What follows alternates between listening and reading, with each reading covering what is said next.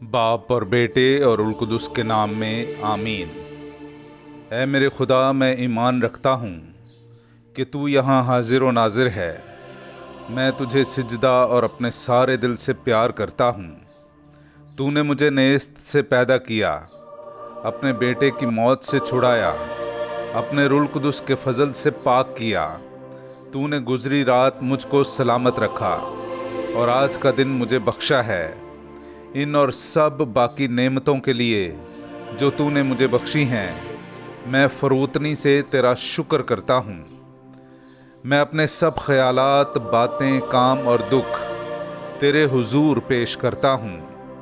مجھے اپنا فضل بخش تاکہ میں تجھے ناراض نہ کروں، بلکہ سب طرح سے آج تیری پاک مرضی بجا لاؤں۔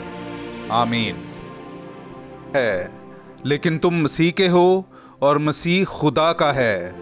ہمارے لیے آج کی پہلی تلاوت مقدس پولس رسول کا کرنتیوں کی کلیسیا کے نام پہلا خط، اس کا 3 باب 18ویں آیت سے لے کر 22ویں آیت تک۔ کوئی اپنے آپ کو فریب نہ دے۔ جو کوئی تمہارے درمیان اپنے آپ کو دانشمند سمجھے تو دنیا کے نزدیک احمق بنے تاکہ دانشمند ہو جائے، کیونکہ اس دنیا کی حکمت خدا کے نزدیک حماقت ہے۔ چنانچہ لکھا ہے کہ وہ دانشمندوں کو انہی کی چالاکی میں گرفتار کر دیتا ہے، اور یہ بھی کہ خداوند حکماں کے خیالات کو جانتا ہے کہ وہ باطل ہیں۔ پس آدمیوں پر کوئی فخر نہ کرے، کیونکہ سب کچھ تمہارا ہے۔ کیا پولوس، کیا اپلوس، کیا کیفا، کیا دنیا، کیا زندگی، کیا موت، کیا حال، کیا مستقبل، سب کچھ تمہارا ہے، اور تم مسیح کے ہو اور مسیح خدا کا ہے۔ پاک کلام کا پڑھا اور سنا جانا ہم سب کے لیے باعث برکت ہو۔ خدا کا شکر ہو۔ زمین اور اس کی معموری خداوند کی ہے۔ میرے عزیزو، آئیے ہم خداوند اپنے خدا کی حمد و تعریف کریں۔ میں آپ کے سامنے پڑھوں گا زبور نمبر 24، اس کی پہلی 6 آیات۔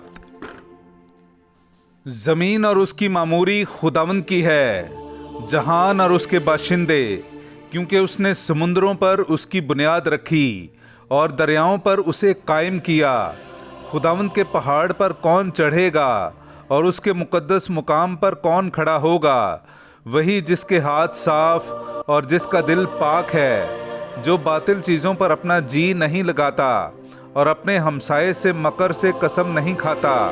یہ خداوند کی طرف سے برکت اور اپنے مخلص خدا کی طرف سے اجر پائے گا۔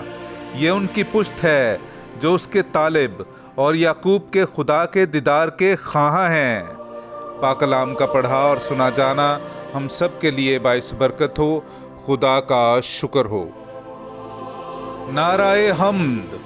خداوند نے ان سے کہا کہ میرے پیچھے چلے آؤ کہ میں تمہیں آدم گیر بناؤں گا۔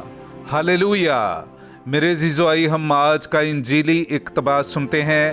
انجیل مقدس بامطابق مقدس لوکا، اس کا 5واں باب، پہلی آیت سے لے کر 11ویں آیت تک۔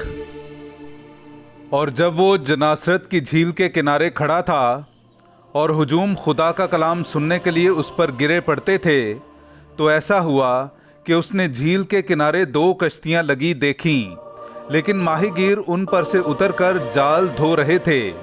اس نے ان میں سے اس کشتی پر چڑھ کر جو شمعون کی تھی اس سے درخواست کی کہ کنارے سے ذرا ہٹا لے چل، اور وہ بیٹھ کر ہجوم کو کشتی پر سے تعلیم دینے لگا۔